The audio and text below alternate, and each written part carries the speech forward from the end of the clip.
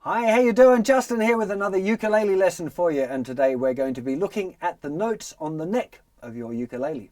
Now this is a really important skill, one that you absolutely must have before you start looking at movable chord shapes. Now, just for any of you guitar players, you're probably familiar with the idea of bar chords. So we have like one chord shape that moves up and down the neck.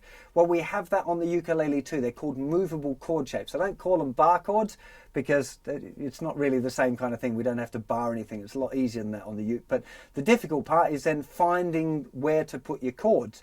And before you can do that, you have to know the note names on the neck of the uke. So first thing you want to do is probably go to the website and find this lesson. It's in the ukulele section. It's notes on the ukulele neck is what it's called. Because there's a big neck diagram there that shows you all of the note names all over the whole neck of the uke. First thing that you absolutely must remember is the names of the open strings, which starting on the fourth string, we'd have a G, then a C, then an E, and then an A. Okay, I'd recommend if you have any trouble remembering the names of those notes that you make up a little rhyme. It could be great cats eat armadillos or something. You can make up anything you like, so long as you've got the G, C, E, and A. Okay, so that's the first really important thing. Now, on that lesson page on the website, there's a link to a thing called the note circle. If you're new to the music thing and you haven't done guitar before, you definitely need to learn about the note circle. That explains where sharps and flats come into the whole thing, and that there's no sharp and flat between B and C and E and F, and it shows it to you in a nice little circle. Now, that's something that you need to check out independently, and I would recommend that you use the note circle and the names of those open strings to learn about where the notes are on the neck.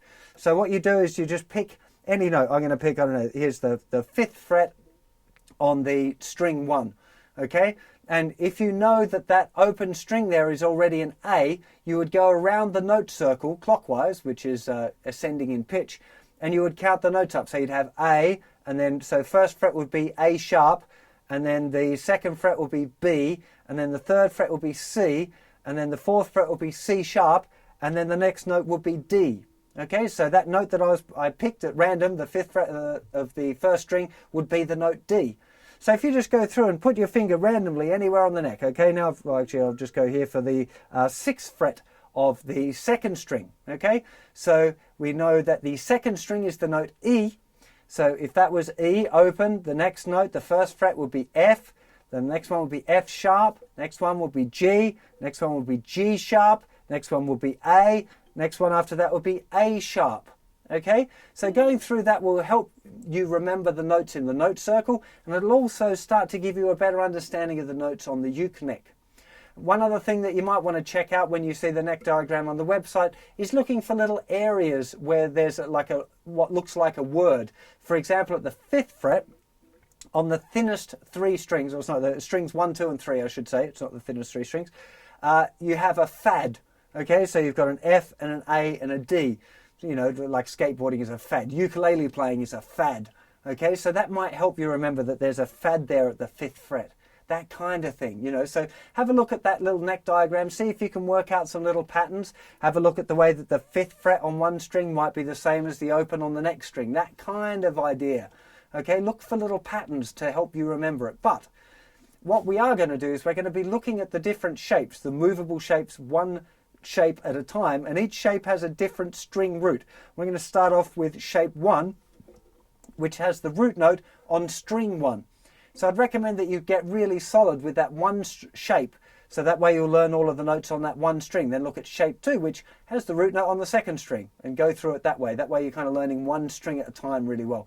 That would be my recommendation. But definitely doing the pointing at random notes and counting up from the nut is a really good idea. I recommend it for guitar players too, but for ukulele, it can be a bit confusing for guitar players because you like to think of the open strings as kind of the same as the guitar. Especially a lot of the shapes look similar, but I think that can be a bit of a dangerous idea. You're better off thinking of it as a new thing and relearning where the notes are. That would be my suggestion.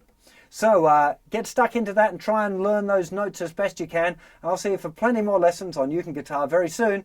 Take care of yourselves. Bye-bye.